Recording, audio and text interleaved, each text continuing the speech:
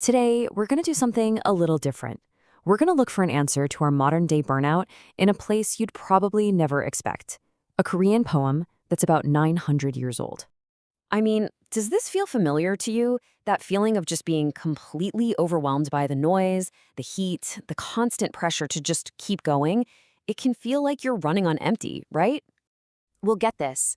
Almost 1,000 years ago, a really important scholar and historian in Korea, a guy named Kim Bu-sik, felt the exact same way. He got away from it all, went to a pavilion by a river, and wrote this incredible poem about it. So let's dive in and see what he figured out. So first up, we're joining the poet as he's looking for a way out, trying to find a little slice of peace away from all the chaos of his world. Okay, so the poem's title, Guan-lan-sa Temple, tells us a whole story just by itself.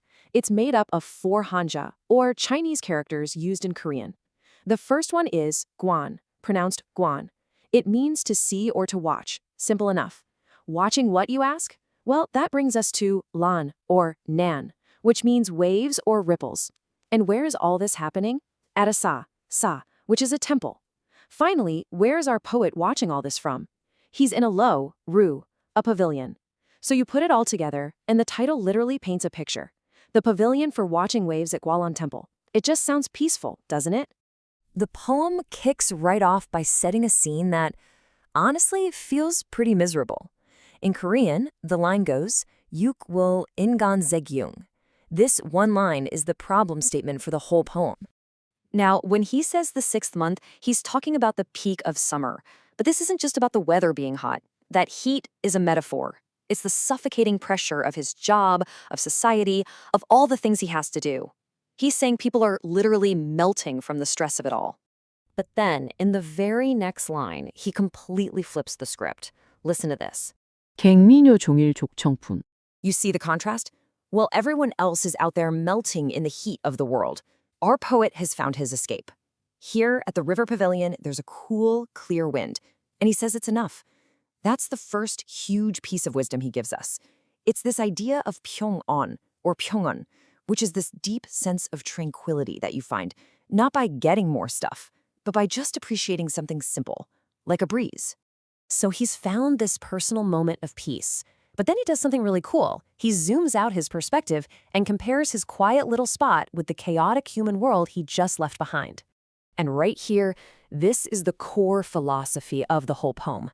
On one side, you've got nature. He says the mountains and the water. They're timeless. They don't change. They're a solid, reliable anchor. But on the other side, that's us, human society. He says it's always shifting. You can't rely on it. It's messy. And maybe that's why we get so burned out, right? We're trying to find something stable in a world that's constantly changing under our feet. So he's taking in this timeless view, and he sees a small boat just gliding across the water. And the water is so still, he says it's like a clear mirror. Think about that. A mirror reflects things exactly as they are. No drama, no chaos. It's a moment of pure, perfect clarity. And just when you think this scene couldn't get any more perfect, he adds one final, beautiful detail with the line, "노사 상조 화도정." It means a pair of herons fly into the middle of the painting. He's basically saying this view is so perfect, it's not even real life anymore. It's a work of art. Nature is the masterpiece.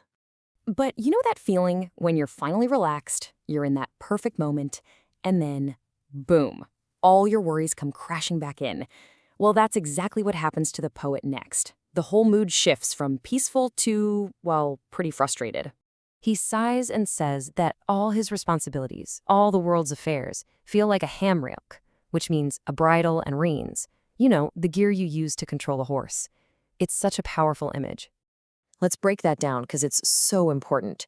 The jegal, or chegal, is the bridle. That's the metal bit that goes in the horse's mouth. And the kulle, are the reins you use to pull it in the direction you want it to go. So for the poet, his very important, very prestigious career, it's also a trap. He feels like he's being steered and controlled with absolutely no freedom. And then he closes the thought with this moment of just raw human honesty. He doesn't see himself as some powerful official anymore. He's just a tired, aging guy who desperately wants to be free from all these burdens. It's such a relatable feeling, isn't it? Feeling trapped by the life you've built. So, what's the big lesson here? What can we, living almost a millennium later, take away from this scholar's little riverside retreat? How does any of this apply to us? Well, I think the poem's real message is that we all need to find our own pavilion. It doesn't have to be a literal building by a river. It's a state of mind. It's a place where we can find that pyeongwon, that tranquility, by connecting with something real and constant, like nature. It's where we can realize that our ambitions are just temporary compared to the mountains. And in that place, we can learn chijok, or chijok, the wisdom of being content with simple things. And finally, we can practice gyomson, or gyomson, a kind of humility that comes from understanding we're just a small part of this massive, beautiful world. In the end, this poem isn't just about taking an afternoon off. It's really a guide to a different way of thinking.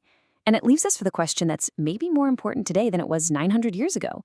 In a world that is always demanding something from you, where is your pavilion? Where do you go to find your clear, cool wind?